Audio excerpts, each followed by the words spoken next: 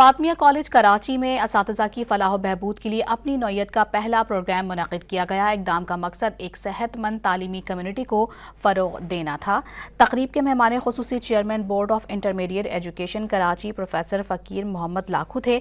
Sindh mental health authority के secretary doctor Syed Zafar Mehdi भी मौजूद थे। कराची के 30 तालीमी इदारों के 300 से ज़्यादा असातिज़ा ने हिस्सा लिया और मुख्तलिफ सेशंस में शरीक हुए।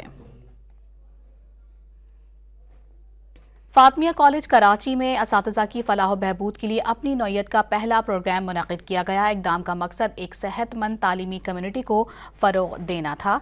तक़रीब के मेहमान ख़ुसूसी chairman board of intermediate education Karachi professor Faqir Mohammad Lakhu थे। सिंध मेंटल हेल्थ अथॉरिटी के सेक्रेटरी डॉक्टर सैयद ज़फ़र मेहदी भी मौजूद थे।